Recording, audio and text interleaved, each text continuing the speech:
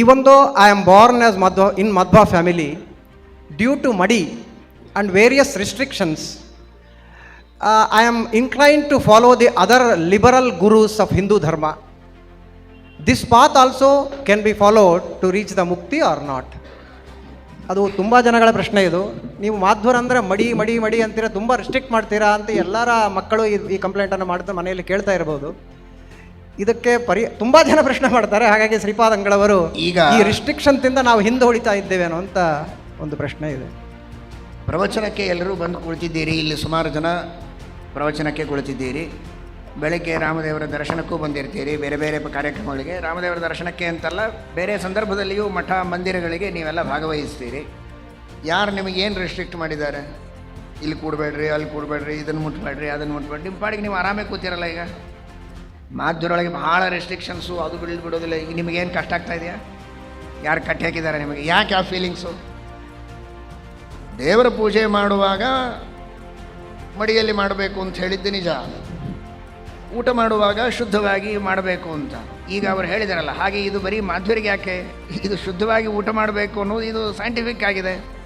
ಎಷ್ಟು ಶುದ್ಧವಾಗಿ ಆಹಾರವನ್ನು ಸ್ವೀಕಾರ ಮಾಡ್ತೀವೋ ಅಷ್ಟು ಆರೋಗ್ಯವಂತರಾಗ್ತೀವಿ.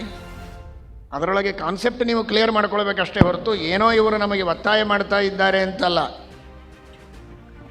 ಈಗ ಮನಸ್ಸಿಗೆ ಬಂದಲ್ಲಿ ಏನು ಬೇಕೋ ಅದನ್ನು ಹೇಗೆ ಬೇಕೋ ತಿಂತಾ ಇದ್ರೋ ಇಲ್ಲ ಎಲ್ಲರೂ? ಹೇಗೆ ಕರಾಪರ ಹಿಂದೆ ಮುಂದೆ ನೋಡದೆ. ಕೊರೋನಾ ಬಂದಾಗ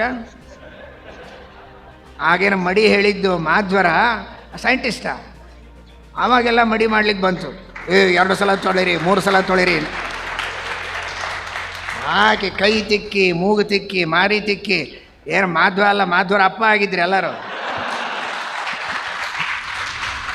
ಸುಮ್ಮನೆ ಮಾಧ್ವರ ತಲೆ ಮೇಲೆ ಕೊರೋನಾ ಬಂದಾಗ ನಿಮಗದು ಎಚ್ಚರ ಆಯಿತು. ಅಂಥದ್ದು ಬರೋದೇ ಬೇಡ ಅನ್ನೋದಕ್ಕೆ ಯಾವಾಗಲೂ ಎಚ್ಚರ ವಹಿಸ್ರಿ ಅಂತ ಶಾಸ್ತ್ರ ಹೇಳಿದೆ, ತಪ್ಪೇ ಹೇಳಿದೆ ಅಷ್ಟೇ. ಅದು ಬಿಟ್ಟರೆ ಸಾಧನೆ ಮಾಡುವುದಕ್ಕೆ, ದೇವರ ಭಜನೆ ಮಾಡಲಿಕ್ಕೆ, ಸ್ಮರಣೆ ಮಾಡಲಿಕ್ಕೆ, ಪ್ರವಚನ ಕೇಳಲಿಕ್ಕೆ, ಎಲ್ಲರೂ ಸೇರಿ ಪರೋಪಕಾರ ಮಾಡಲಿಕ್ಕೆ ಯಾವ ಮಡಿ ರೆಸ್ಟ್ರಿಕ್ಷನ್ಸ್ ಇದೆ?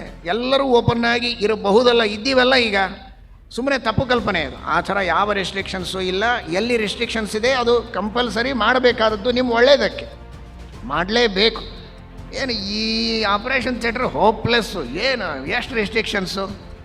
ಏನೋ ಅದನ್ನು ಬಾಯ್ಲ್ ಮಾಡು, ಇದನ್ನು ಬಾಯ್ಲ್ ಮಾಡು, ಆ ಹಸಿರದು ಹಾಕೋ. ಇದು ನಮ್ಮೂರಲ್ಲಿ ಡಾಕ್ಟರ್ ಇದ್ದಾರೆ ನೋಡ್ರಿ, ಓಪನ್ ಟು ಆಲ್. ಬೈಲಲ್ಲಿ ಕೂತು ಆಪ್ರೇಷನ್ ಮಾಡ್ತಾರೆ ಅಂದರೆ ಇನ್ಫೆಕ್ಷನ್ ಆಗಿ ಸಾಯ್ತೀಯ. ಅವ್ರು ಭಾಳ ಓಪನ್ ಇದ್ದಾರೆ ನಿಜ, ನೀನು ಓಪನ್ ಆಗಿ ಹೋಗ್ಬಿಡ್ತೀಯ. ಹಾಗಾದರೆ ಎಲ್ಲಿ ಬಹಳ ರೆಸ್ಟ್ರಿಕ್ಷನ್, ಏನು ಒಳ್ಳೆ ಬ್ಯೂಟಿಫುಲ್, ಎಂಥ ವಂಡರ್ಫುಲ್, ಎಂಥ ಡಾಕ್ಟ್ರಿ ಅವರು, ಭಾರಿ ಹೈಜಿನಿಕ್ಕಾಗಿ ಪ್ರತಿಯೊಂದು ಬಾಯ್ಲ್ ಮಾಡ್ತಾರೆ. ಒಂದೇ ಒಂದು ಹೊಲಸಿರೋದು, ಅಲ್ಲಿ ಅವರನ್ನು ಹೊಗಳ್ತೀರಾ. ಅದೇ ಮಡಿ ನಾವು ಬೇಕು ಅಂದರೆ ನಮ್ಮನ್ನು ಬೈತೀರಾ. ಇದು ಯಾವ ನ್ಯಾಯ? ನೀವು ಯಾವ ಹಾಸ್ಪಿಟಲ್ ಚಾಯ್ಸ್ ಮಾಡ್ತೀರಿ ಹೇಳಿ ನನಗೆ? ಹಾಗಾದರೆ ಯಾವ ಮತ ಚಾಯ್ಸ್ ಮಾಡ್ತೀರಿ ನೋಡಿ ಹಾಗಾದರೆ.